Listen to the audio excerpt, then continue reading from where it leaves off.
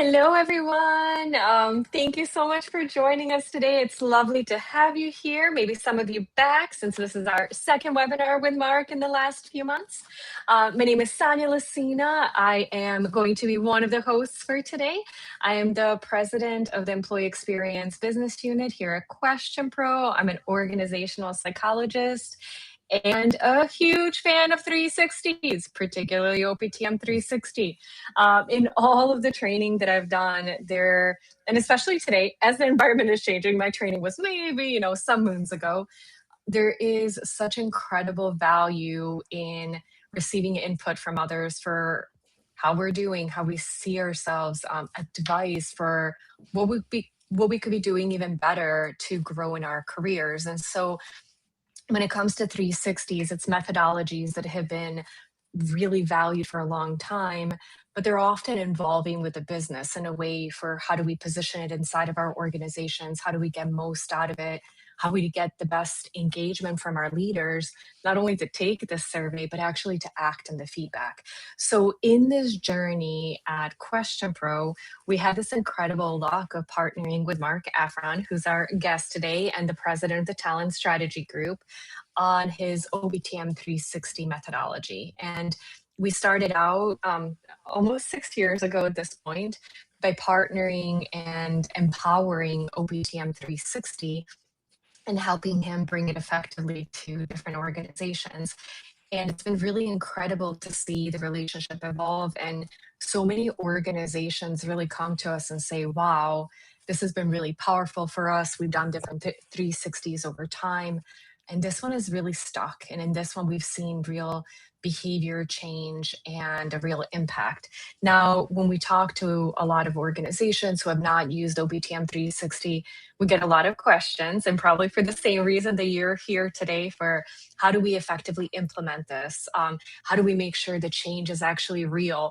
What are maybe some challenges that we can anticipate, and can you help us foresee them and think of the best ways to overcome them to really get the most out of our 360 program? And so this is our second episode in the series with Marc. If you missed the first one, we'll send the link to the YouTube recording afterwards. But based on really great feedback and based on additional questions that we've gotten both from you that have joined the first time, as well as, again, our customers and prospects, we invited Marc back to another conversation to make sure that, again, for any of you who are considering what strategies you're using now, maybe you're even our current customers and you're still saying, but the opportunity to talk to Marc and ask questions directly would just be phenomenal. We're here for you. So today I'm also joined by my colleague, Conor Kinsella. He is the head of the Employee Experience Business Strategy for North America, and also somebody who's firsthand spoken with many, many of our customers, not only in North America, but actually globally, to bring OPTM to life. So with that introduction, I'd love to welcome Marc Effron, who I mentioned this last time too, but I always feel like it's, the guest who needs no introduction. Alas, we'll introduce him anyways.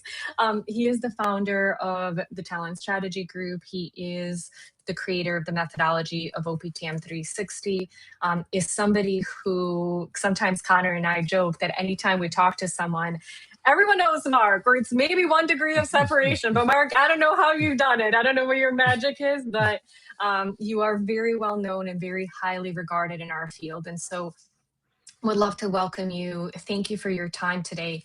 Before we jump into the questions around OPTM 360 and what it is and the methodology, again, maybe for a few folks who are on with us today that actually don't know you, can you just tell a little bit about yourself, who you are, and about your business overall today? Of course. First, thank you so much for having me as a guest again. It's great to see both of you. It's great to talk to all of you who are watching or listening. And let's just start, before I even do an introduction, with what's the basic concept we're talking about today, which is how do we grow better talent faster? I mean, it's really as simple as that. How do we grow better talent faster, and what role does a 360 play, if any, in doing that? So let's keep that as the frame, because it's easy to think about, oh, we're talking about a tool. No, we're talking about how do we get more better quality talent into our organization as quickly as possible. And I've spent most of my life on that quest. So my journey has moved back and forth between corporate roles and consulting roles. And my last corporate role was at a company called Avon Products, which at the time was a large cosmetics company. And the OPTM360 really emerged from that, me as a practitioner saying, I'm really frustrated with what I see on the market around 360s. Let's do something better. And so I've had the good fortune of being a practitioner, but over the past 16 years, my firm helps the world's premier organizations, everyone from Apple to the World Bank to the Saudi government and everybody in between, to build better talent faster. We work at radically simplifying HR in those organizations. And then in my spare time, I write books for Harvard on topics around performance management and leadership development and how to accelerate talent development. And I get to partner with great folks like QuestionPro on how do we get these great tools out to more people around the globe. So that's a bit about me. Great. Well, thanks, Mark. As you know, it's always a pleasure to be able to connect with you. And like Sanja mentioned, I get the pleasure of meeting with our customers every day and hearing either their relationships to you or how they came across the OPTM methodology and how they've brought it to different organizations that they've been in. Before we get into some of the finer stuff, would you mind taking a minute and just giving everyone a high level overview of what is OPTM 360? What's kind of the main use case, and how does it differ from some of those other 360 solutions on the market? Sure. So if we go back to the entire point of what we should be doing is, as HR professionals, is building better talent faster. The OPTM 360 responds to that by saying typical 360s are very good at assessing people, but they aren't good at developing people, because knowing that I'm a 3.6 out of 5 on something doesn't tell me what to do. Even if you give me a list of 38 generic suggestions that if you're a 3.6 out of 5, you should, that doesn't tell me what to do.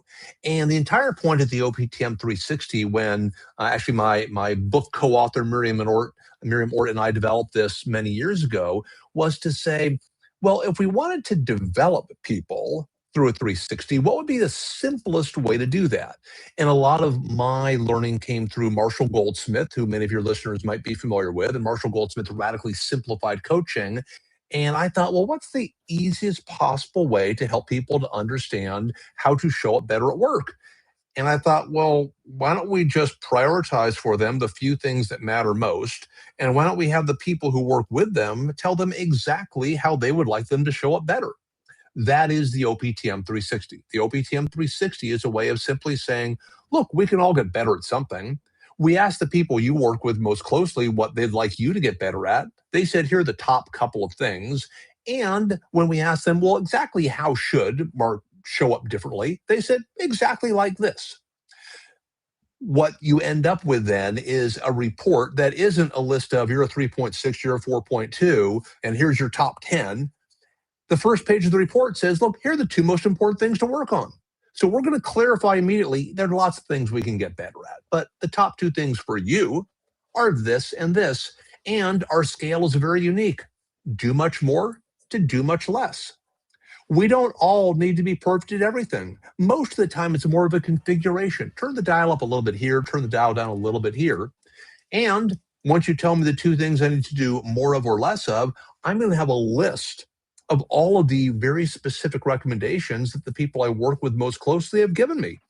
Hey, Mark, we need you to turn the dial down on communication with team members because you tend to dominate team meetings. You always speak first. It's always about your ideas.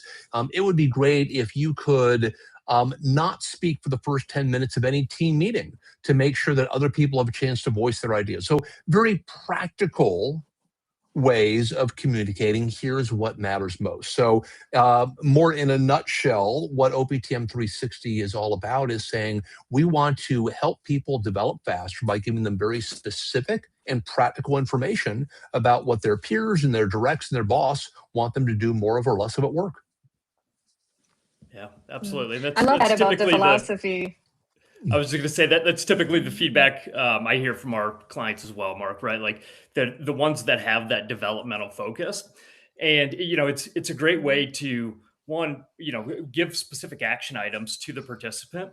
But I think it's also easy for the raters to, share that feedback, and get their guard down a little bit, which again tends to provide better feedback and make it a little bit more digestible, with the outshoot of the report there. Yeah. Well, it's not, in all contrast, the word feedback, it's all forward-looking suggestions. So it's not, Mark, you do all these things wrong.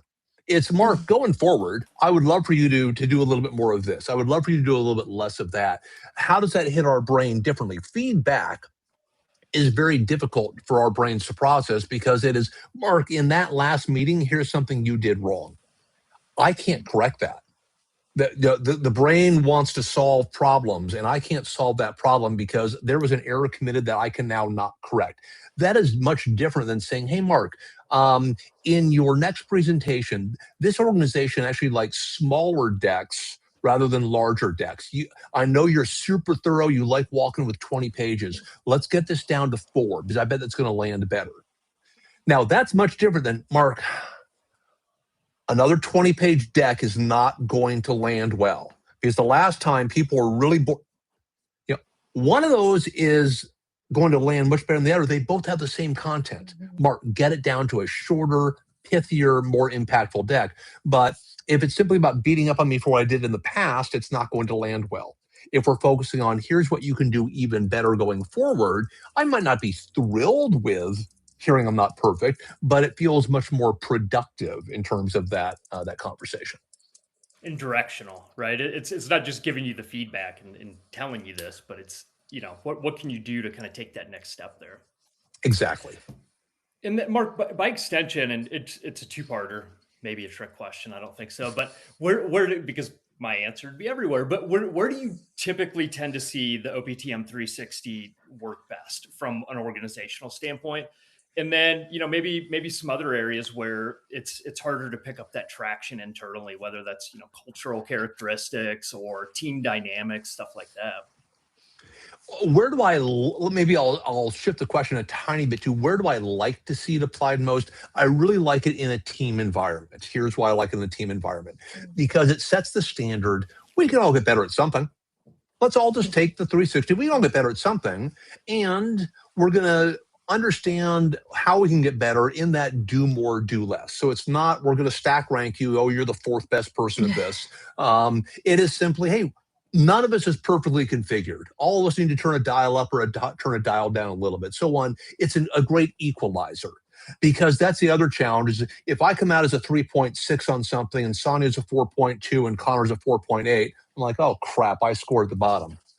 No, if I need to do more of something, then Sanja needs to do more of something else and Conor needs to do a little bit less.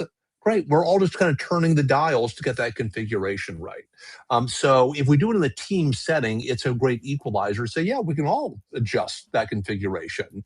And it also kind of allows us to get that team spirit of, hey, we're all going to get better at that. So I love using it for team interventions, and there's no bad time to do that. There's no bad time to say, hey, should our team all try to get better at something? Now, obviously, there's some moments like, offsites and development programs where it's even especially appropriate, but there's no bad time to say, hey, can our team members all get better at something?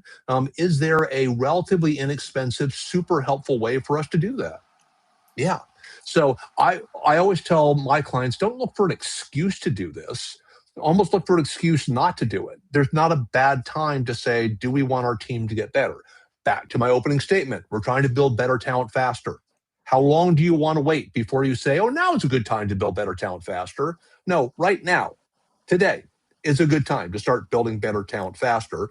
Let's just say, yeah, next week we're going to have our team do this. It's not a difficult concept to explain to people, and it doesn't take very long to do. And so the long answer to a short question. And so I like doing it with teams. I like doing it now. Obviously, if you're doing leadership development programs, hypo programs, those are very obvious times when this fits in well, and especially as a substitute for a typical 360. So the time level turn. So manager to director, director to VP, all the times when having some additional data about how you show up is valuable. So I would say anytime you would typically do a 360, OPTM 360 is going to be a superior way of giving people insights and information. But oftentimes we think a 360 has to be a big deal, so there must be an occasion to do it. OPTM 360, that bar is so much lower because it's an easy tool to administer. It's an easy tool to take. It's an easy tool to get feedback on. So, today is a good occasion to decide that you want people to grow faster. Yeah, absolutely. And that made me think of another question that I hear a lot from our clients, and I'd be interested to hear your perspective. But what are your thoughts on frequency of the OPTM 360?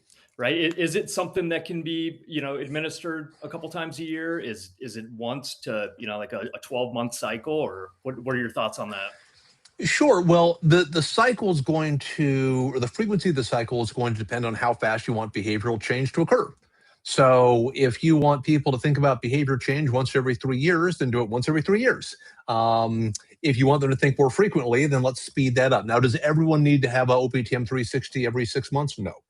But if I'm trying to aggressively develop some people, so if Sanja and Conor are my hypos, and I give you OPTM 360 July 1, then the entire point is to say, here are things that you can do better.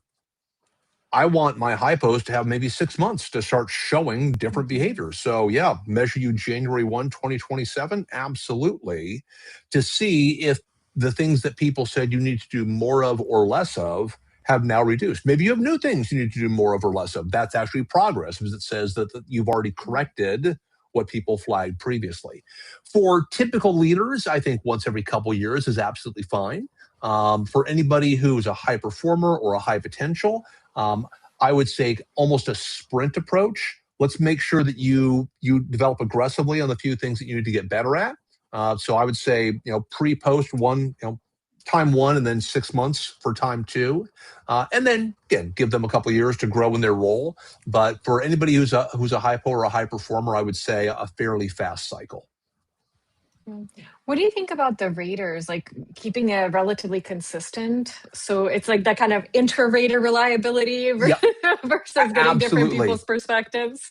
Yeah, and maybe 2 parts in that. Yes, consistency for the reason that you mentioned, but also a broad span. So the cool thing about OPTM 360 is because it's not a 50-question instrument, it takes 8 minutes, 12 minutes to respond to the survey. It's a fast and easy survey, meaning if you ask 15 people to respond, you're not annoying most of the organizations. It's not going to be a super heavy lift. And so I would say, 1, consistent rater group for inter-rater reliability, absolutely, but also a broad rater group, because for folks who will see a sample report, they'll see the more people that respond, the more suggestions you get. So if you want a rich report, if you say, oh, I don't know how to change, well, great, ask more people, because they know how they want you to change.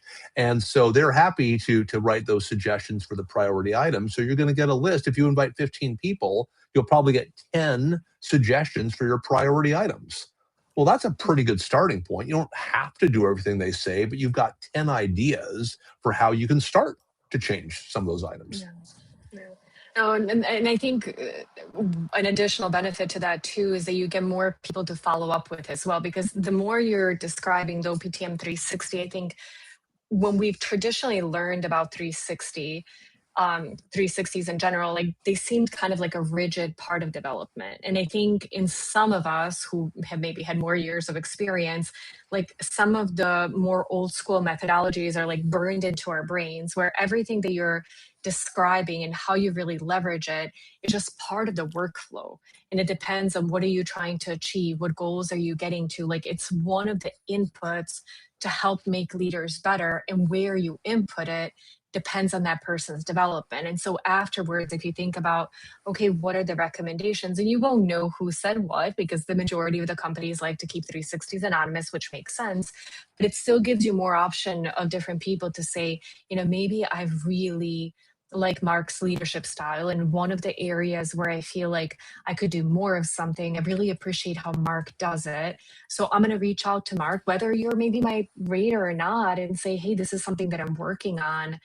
could you maybe give me some more advice and insights on how I can do it better? Maybe even better if you were one of the raters, because then you already gave your input and you knew what the questions were. But Hmm. that's like what you were saying, kind of broadening up that pool, maybe even makes the person more comfortable to go out, because it doesn't, and we'll talk about debriefs in a little bit, uh, but it allows the person more of that day-to-day flexibility, because we will have learning and development programs and we'll have structures around it. But really, for all of us as professionals, we'll grow the most the more comfortable we are going to our network. And if we have that insight to say, what do I need to do more of? Or sometimes it's even less. Like, I recently had a conversation with my leader, Vivek, where he asked me to do less of some things. I was like, oh, but I really enjoy those. Hmm. Like, don't make me do less. Which is But why it's it's a just what derailer. Exactly. Yeah. yeah. And it's just what the business needed. So at some point we have to adjust our priorities. And so, to your point of the frequency, businesses are changing very quickly. And so what we do more of or less of is not, I would, well, I'll give myself as a personal example. It's not necessarily, I don't think, a reflection of our strength or weakness, but it's also what the business needs. So for me, I love product development. I love it, love it. That's what I want to spend 100% of my time doing. But Vivek had asked me, hey, listen, I need you to do a few more things with where our business is today. So I still want you to give product that vision and the oversight, but I really need you out of the day to day. And that was hard for me, because I think I'm good at it. I really enjoy it. But at the same time, I understand that that's not a strength of mine that my business needs right now. It's something different. And also, maybe what I need to do more of is not necessarily a strength. But I need to figure out how to do it. So I Yeah. love all the insights that you were giving, because it's so multi-layered. And I think one of the really, really big things for people is to embrace that 360 for development, for a way to be better, that it's not an evaluation of who we are as humans, but really used more as a compass for how do we get more successful where we are today better. Anyways, that's the end of my monologue, but I was just really taking in everything that you were saying. And I hope everybody on this call is, because I think we can apply it to our own journey and our organization's journeys differently, depending on our roles and our context. So I also wondered, one of the questions we get a lot, and I think it depends, so maybe we can talk about the situations, is some organizations wonder, is it more effective for me to deploy 360s in cohorts? Is it more effective to have it on demand? I'd love your perspective on which strategy maybe works better in which situation, because I already know that it's not a one size fits all answer Yeah. necessarily.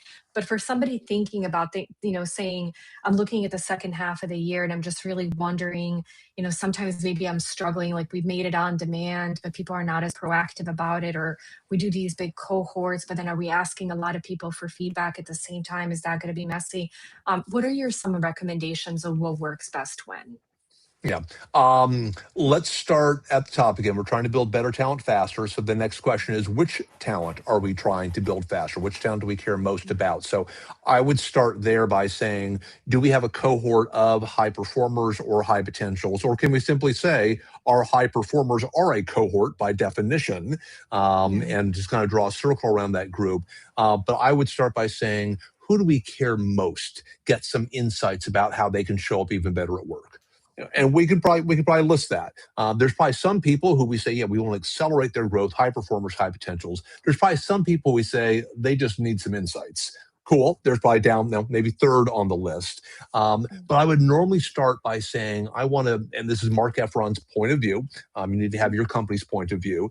I want to make sure my absolute best talent is as fully equipped to succeed as possible, and getting the types of insights the OPTM 360 provides is one good way of supporting them. So if there's not a natural cohort, meaning I have a hypo group or a high performer group or leadership development class that they're participating in where we could use this, I would still say a part of developing our high performing group, anybody who falls in that category in our company, is you get an OPTM 360, and there's a process. So not just take it, have a good time, but there's a process around this for follow-up and discipline, and there are expectations for you as an individual about how you're going to follow up and how we're going to retest to make sure that behavior change is happening. So for a cohort individual, how to prioritize, again, I would start with who do we care most about developing right now? I'm not democratic in that. Not everyone should get this at every moment. I want to start with the folks who are going to benefit from it most. I also would prefer not to use this to solve problems that could be solved by a conversation. So not that we don't want to have a lot of 360s in people's hands, it's a good thing, but if Sanja is avoiding having a tough conversation with Marc, and she goes to her HR leader, Conor, and says, well, let's do a 360 for him. I mean, Conor's advice should be, no, you tell him he's underperforming. That's the conversation you are being paid to have. So let's not use this as a substitute. If someone needs behavioral advice, it's the best possible way, second to a direct manager conversation, to give them that collated, that aggregated information. But let's not have it substitute for basic managerial advice that should be given. Yeah, I think that's really great advice. And we've definitely, you're not pulling that as a hypothetical, because we've seen it in practice. We've seen those instances come up in talking with our clients or administrators that have said, a situation snuck in and it had this like waterfall effect, and now we know better to catch it. So that's something definitely to keep an eye out on, and for everybody on this call to kind of think about when you're being asked, because that also, not always, but it could have almost like a negative snowball effect, because if it happens once, it could be an outlier. If it happens more than once, then you don't want somebody in an organization like, oh, we're going to do a 360, and the person's like, no, I want to keep my job. Yeah, exactly. Like, just no. One thing I wanted to go back to that you mentioned before is 360 is being really effective for teams, and so maybe a team wouldn't necessarily be thought of as a cohort. But what is your opinion on administering 360s at the same time inside a team versus doing it staggered? Like, is there one approach that's more effective that you've seen? I prefer same time. Here's why. Because, and we can all chat about that. One, we can foster a transparent environment where we can sit down at a table and say, okay, Sanja and Conor, I didn't realize I needed to turn down the dial on this and turn it up on this. And I got this suggestion, but I'm not sure how this one would work. What do you think I should do, given we can have that conversation with the people who gave, and again, I'm not going to know who said what, but I can say, okay, obviously consensus is this, but I'm not sure how to do this. Help me understand how you want me to show up given that. That's a lot easier than, we got 10 people in the team, one person took a 360, now we're going to spend all our time listening to that one person talking about no, why don't we do it? And then it's an us thing, not a them thing. And so it builds the spirit of, we can all get better at something. We're all trying to get better at something. Cool. We've all got a report that says we can all get better at something. Let's have that conversation and drive transparency around that, and to destigmatize behavior change, and to instead make that a prize. Yeah, getting better at this stuff is a prize. We should want that prize. We should want to get better at that. Yeah, I totally second that. And I would say even in some more anecdotal situations, when my colleagues and I have gotten feedback from like our CEO, and we know it's same feedback because he's very transparent in what he says, and we'll message each other and say, hey, let's jump on a call and think about how are you solving this, or what are you going to do to change this, or how are you setting your goals? And allows us to really collaborate. And maybe it's not always the same like approach that we're going to take, because maybe we have different styles or slightly different goals that we're trying to achieve.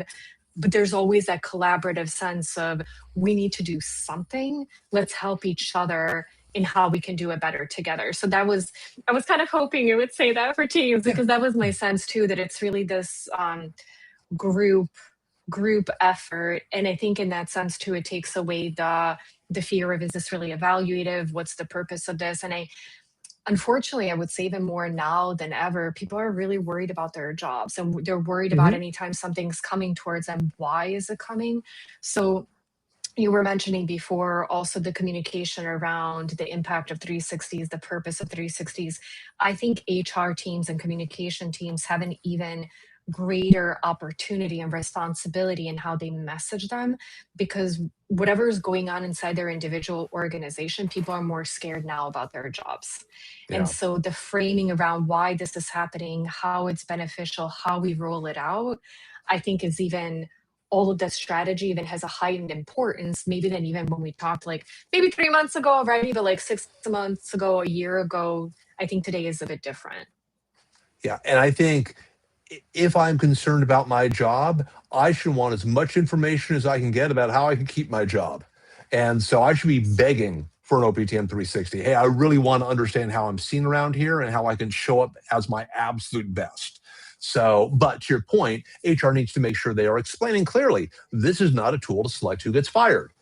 Typical 360 might be, OPTM 360, it'd be very difficult to figure out who to fire based on OPTM 360. It's good news. But you should be looking for, how can I get even more insight about how I can be the best possible employee, best possible manager, best possible executive. And OPTM 360 is a very short path to get there. Yeah. Yeah. I'll ask, we actually have a question from the audience now, and then I'll turn it over to a couple for Conor. So Carolyn was asking, for Team 360, would you suggest just the people on the team doing the assessment for each other, or would you add other people as well to assess? Well, if I understand the question correctly, it sounds like it would just be kind of lateral. So I would never just do kind of team members assessing each other. I would always do kind of complete 360 for all the reasons that most of our listeners probably know, which is you're going to get different perspectives based on how people interact with you. If I interact with Sanja as a boss, I'm only going to see her boss behaviors. I'm not going to see her team behaviors. I'm not going to see her managing up behaviors. And so she's going to get a very narrow perspective from me. Now, if we're only trying to assess team behaviors, and let's make sure that we're selecting the right behaviors in the OPTM 360 to measure those. But that feels a little incomplete. I'd kind of hate to waste all the time of doing a 360 and just kind of get that narrow slice. So short answer, I'd still want to do a complete 360, even if I'm just doing it within the team. Yeah, and I would say, and for example, too, like if you are a marketing team, but you're working very closely with sales, would you include sales in the 360 as well? So I'm wondering if her question was a little bit more even like broader like that. Like, do we just stay within a business unit or a department, or do we branch out? If there are people who I work with and whose work influences my success and my work influences their success, absolutely, let's include them, as long as they have enough data. So if they were in one meeting with me last year, no. If I see them on a weekly basis, then yeah, absolutely. If they have valuable data to add to the equation, I definitely want to hear from them. Thank you. Mark, one of the things that, and we might have touched on this in the last webinar as well, but it seems to come up, quite a bit when I'm talking to our customers, and just my own observation, of working with these organizations. But I'd love to hear from your perspective the impact of executive support for, we'll keep it specific to OPTM 360s, but 360s in general. And you're obviously aware, right? When you look at the user groups of the OPTM 360, it's all the way up from, the top executive down to, the HR BP level and kind of everywhere in between. And, from just my own observations of talking to clients, it seems like when you can really get that executive sponsorship, that executive buy-in, it makes just the feedback in the process, the buy-in in the process goes so much further than, something that's, maybe driven, as an HR initiative, right? And not necessarily, with that development lens on it.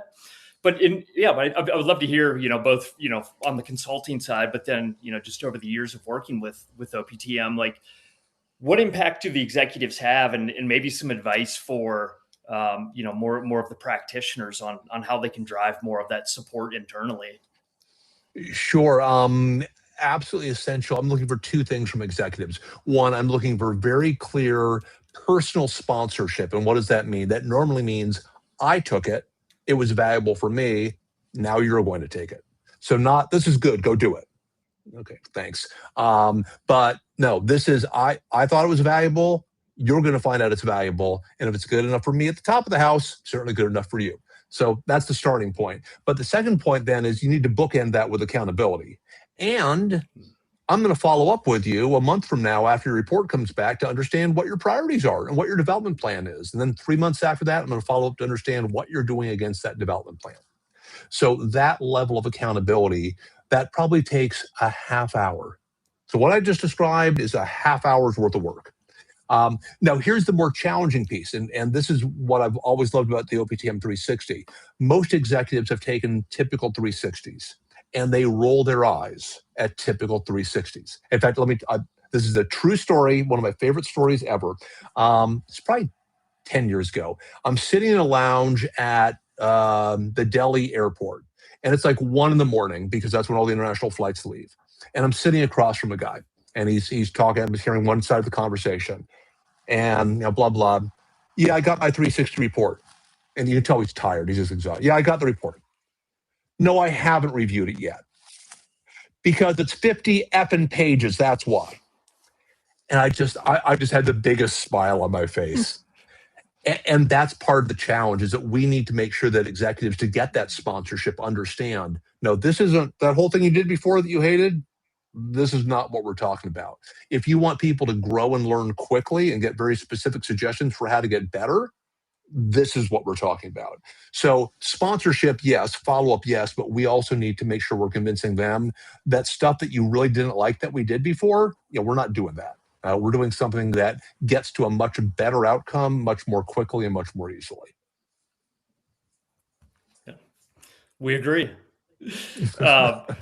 But Mark, that's a good segue. You touched on it a little bit, but let's talk about what happens after the report's delivered, because it seems like that can make or break the process, right? Like where you do all that time and effort to get up to the deliverable, and then it kind of falls flat. Like, would you mind sharing some best practices around, like, sure, keeping that momentum going, right? Like you've put so much time and effort into that point. How can you carry it through to really see the change and the development?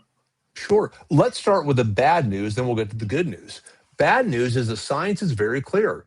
People do not follow up or change after getting 360s, typically. Science is super clear. There's lots of meta-analyses out there. And I think that's part of our challenge in HR, because we're a self-aware group. And we think, oh, if you give me feedback, I'll respond to it. Well, that's not how typical people react. Typical people are very deflective and have lots of great reasons why. Oh, I understand they said that, but that's not really true for a reason. So one, most people are not going to change and respond. And so if we want people to change and respond, one, we need to give them a tool that makes it easy for them to actually follow up and follow through. So the primary benefit of the OPTM 360 is the starting point is I should be able to drop that report on a leader's desk, and they flip through it in 10 minutes. That's always my standard from the moment I created this. 10 minutes, they say, oh, I know what to do. So part of the benefit of how we've all framed up the OPTM 360 is the report itself should be easy to understand for the average executive. Now, that doesn't mean it doesn't help to have an interpretation meeting or a meeting for someone to walk you through, kind of side by side. Hey, do you understand this? What are your priorities? What would you like to do? I always think that's kind of just a good factor to have. The standard is still, okay, could I drop it in front of you and you get it? Yes, but that also suggests you're going to instantly take that, put it on your calendar, get to work, and we know that's not going to happen. And so having kind of an accountability partner, whether that's HR, whether that's a team member, whether that's your boss, to say, great, what's the plan, is going to be incredibly helpful in ensuring follow through. I'm also a scheduler. My view is people are going to change depending on the deadlines you give them. Don't give people a year of change. They'll take a year of change. If you want them to change in 3 months, give them a 3-month deadline for change. And especially because the OPTM 360 gives you specific advice for change in this way. I normally like, when I was sitting in the corporate world and coaching people on the results of these, 3 months. I'm reading here that they want you to do this in a team meeting. How often do you have team meetings? Every week. Great. You have 12 chances in the next 3 months to show this behavior. Let's talk about how you're going to get that done. So making it work in many ways is one, starting with something like OPTM 360, which is the right raw material, but having very clear accountability, calendared accountability around follow-up, and having some partner who's going to ensure that's going to happen. typically that should be the manager. I don't always want HR stepping in and doing this. If they need to, fine. But I really want the manager to be the one who says, you're being an even better performer is important to me. And so we're going to sit down and make sure we're having regular conversations around that. Did that answer your question, or did I stray? About halfway through my answer, I thought, am I straying off the original question? No, you're good, but you touched on one of my favorite aspects of our role here and working with our OPTM customers is those aha moments, right? Like we were talking about before, where a lot of people, have used the legacy 360s, right? So they're coming at it thinking, it's a lot of scoring, it's going to be a 70-page report. So again, one of the questions that we often get at the beginning of the process is, do you offer debriefing services, or is that something you can support us with? And the answer is yes, but it's usually yes. Let's wait to see the report first, right? And then when you're going through it, you start to see those light bulbs going off, like, oh, this really is very straightforward, very prescriptive. There's not an algorithm that you're trying to figure out, how it all come together. But I just love that aspect of it. And then you can see the wheels turn of like, how does this now turn into development, right? And you see the comments and it's laid out so clearly. And to, I guess, close that out, more often than not, it's, yeah, you're right. I don't think we need additional debriefing services because it is so straightforward and prescriptive. And it can really work both ways. I mean, the analogy, and it might be a bad one that comes to my mind, is when I go to a nice restaurant and it's, the menu's there, it's going to list the ingredients, and they can either deliver me my food and say, here's the meal you ordered. But in a nice restaurant, oftentimes they'll say, okay, here's the whatever. And you'll see this is here and the sauce, and it's like, they're kind of reminding you of what that was. In many ways, it's almost a debrief on, oh yeah, were you smart enough to read the menu? Well, yeah, but I kind of forgot what was on.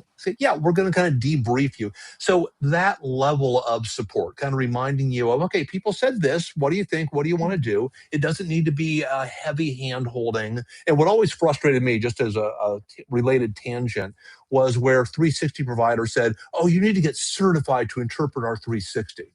Like, how complicated is your 360 if you need to train me to read the report?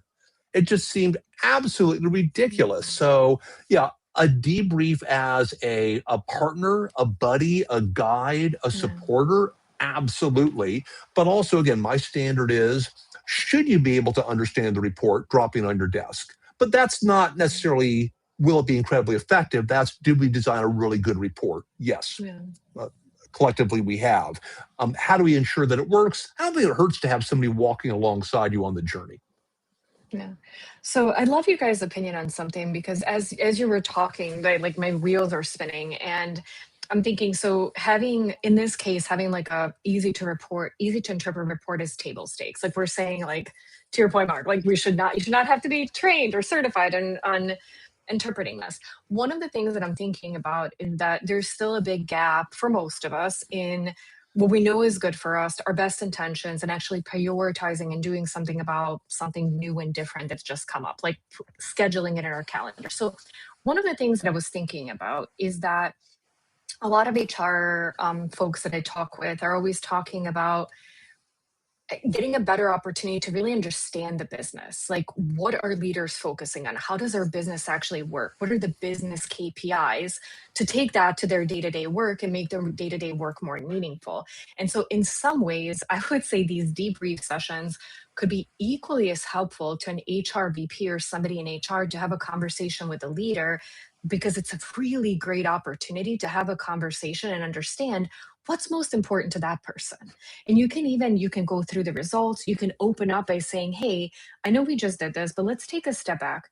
What are your goals for this year? What are your quarterly goals?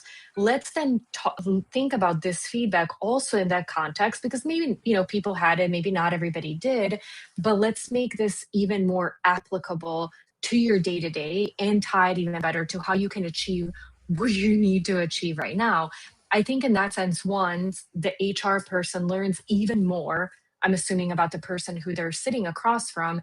And on the other hand, they can really tie those results and the next thing to think about is action plans. So Mark, to your point, hey, you have these 12 meetings, you have these 12 opportunities, let's reconnect. I want to learn from you. So I think a lot of times, and I've done this before, we think about the debriefing session more kind of like in tunnel vision, that there was a 360, we're going to have this conversation and we close it.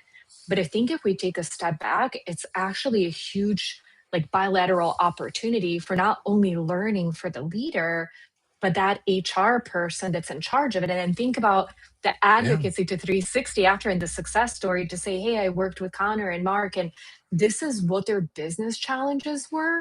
And this is how OPTM 360, based on the feedback, was able to help them achieve their KPIs because they were able to see, because if they do this more, they were able to achieve this goal faster.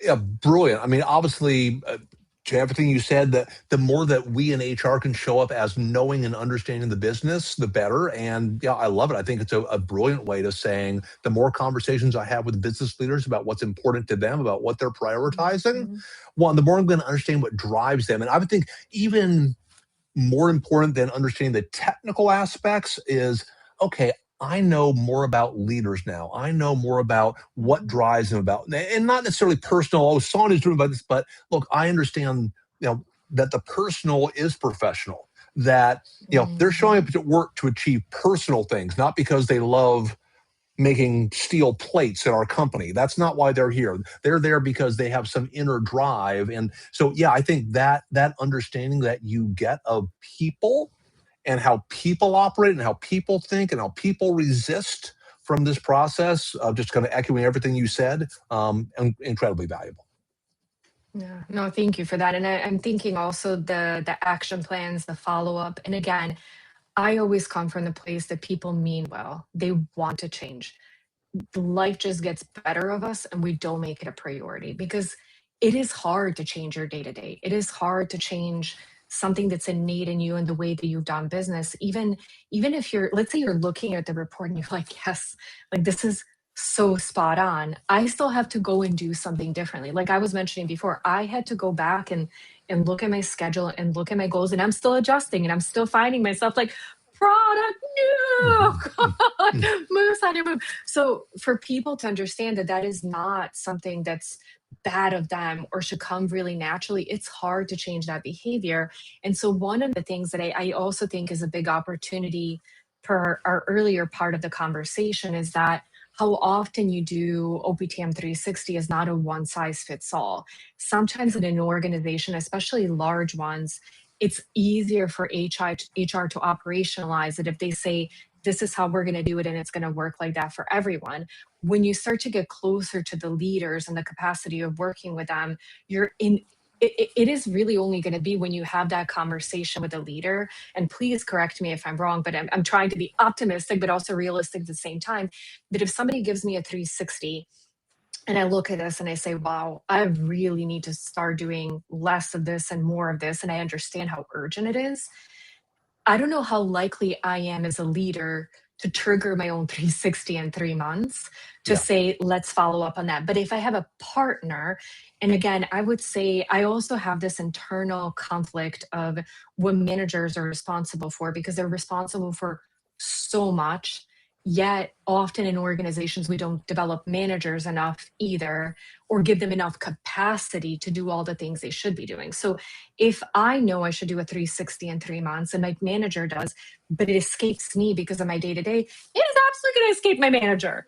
Like best intentions are all, they're going to say, Sanja's an executive.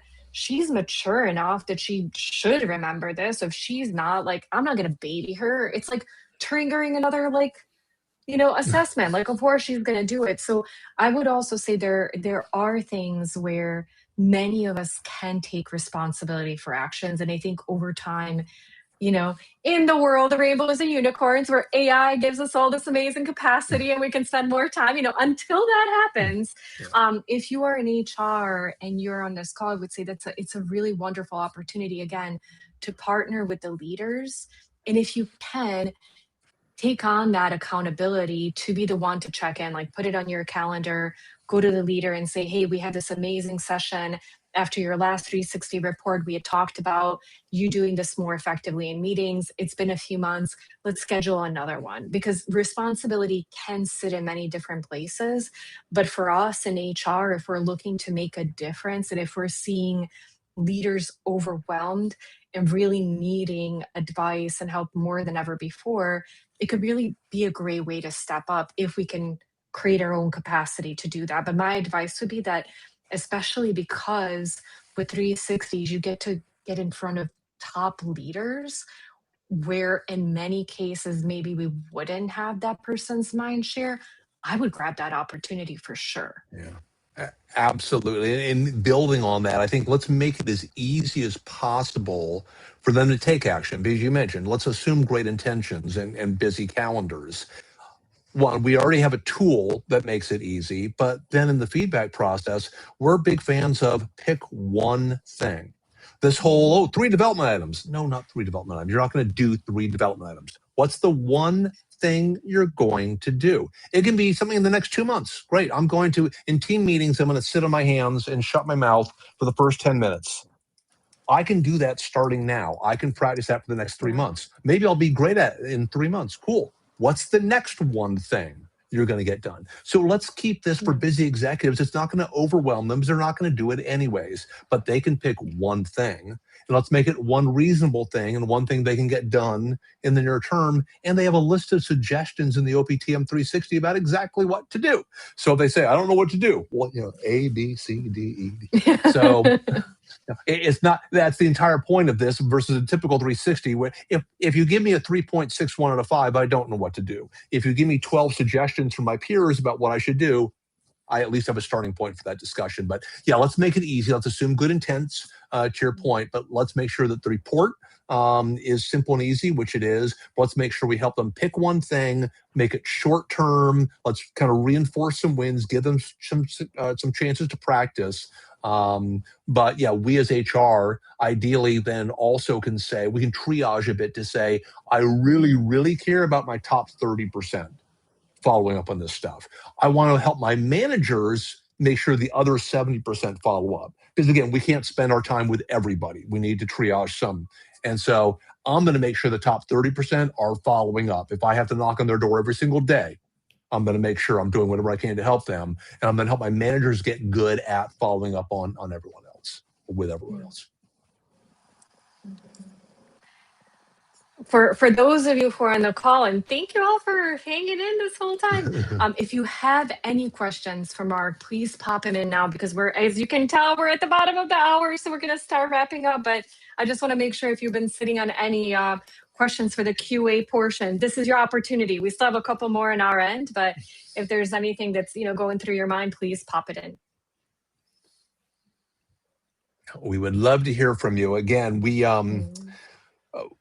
this tool was made for HR professionals to make your life easier. It was made to take away the complexity and the pain and the bureaucracy that typical 360s bring. So, we would love to hear from you, either how exactly does this work, or I've got this problem, or 360s haven't landed in my organization before, why should this one? So anything that's on your mind, we would love to hear. I'll ask you one more question, maybe as we wait and see if. Oh wait, hold on. I think there's a question. It came in faster than me. Oh no, Carolyn just said excellent session. Thank you. It's not necessarily a question. One question I did want to ask, because I know as I was getting really excited about this huge opportunity for HR and how you can connect, and there might have been some people on the call saying like, oh, Sanja, but please, my plate is so full. You're telling me I need to do even more for this to be effective. Like, I'm sweating it out. I just want to be clear that some of these things are really above and beyond. And it for each person is to decide what makes sense for their organization. But one question I did want to ask you, Marc, is there anything for HR that maybe you would advise that they don't get involved in? Like, it's like, hey, maybe this sounds nice, but like if you go down this path, it's going to be too much, or this, I would really leave this with the leader. Is there something that you would maybe advise HR to do less so when it comes to OPTM 360? That is an interesting question. Let me think through if there's anything we should be doing less of. Yeah, the only thing that really comes to mind is let's just make sure we're not adding complexity here where complexity isn't needed. Back to the intent. We want to grow better talent faster. And so if you give somebody a 38-page instruction manual around the OPTM 360, you are adding complexity where none is needed. Let's make sure that we explain this in a simple way. Hey, we're trying to make sure you understand the few things that you can do more of or less of to be an even better contributor. That's it. That's all we're trying to do here. Make sure that we're not overcomplicating the follow-up. As I mentioned, just pick one thing. Pick one thing, put some action items around it, get it calendared. So I think let's make sure that we aren't providing too much help, because sometimes we in HR provide too much help. We think, oh, if 1 page is helpful, 2 pages will be twice as helpful, and 5 pages will be 5 times as helpful. Like, no. What's the least amount of information I can give to Sanja or Conor to help them to understand what to do? That should be our barometer. Not what's the most I could give you, but could I give you a paragraph and have you understand this? Could I give you just a page and have you get it? What's the least amount of information I could give you and have you understand either the intent or the meaning or the instructions on what to do next? So if we should do something less, I would say less help where help isn't needed. Great advice. I love it. Yeah, no, that was great, Mark. Again, always appreciate the time. Before everyone hops off, we want to let everyone on the call know about a special offer we have to come meet Mark in person at our X Day conference, October 15th. We'll follow up with an email as well. But if you want to grab the QR code and then use that code EXOPTM, and you will get a complimentary ticket. And Mark is doing a half-day session. Myself and Sanja will be there. It'd be great. We'd love to have you all join us. And then additionally, I know a lot of you have reached out ahead of the webinar to see the OPTM 360 in action. For anyone that didn't, if you're interested, by all means, shoot us a note. We'll be reaching out as well. But we'll love to connect one-to-one and walk you through the tool and talk through some scenarios. So again, thanks so much, Mark. We can't wait for the next one, and then obviously looking forward to seeing you in person come October. Thanks, everybody. Thanks, Conor. Thanks, Sanja. Thanks so much, Mark. Take care, everyone. Thank you for joining us.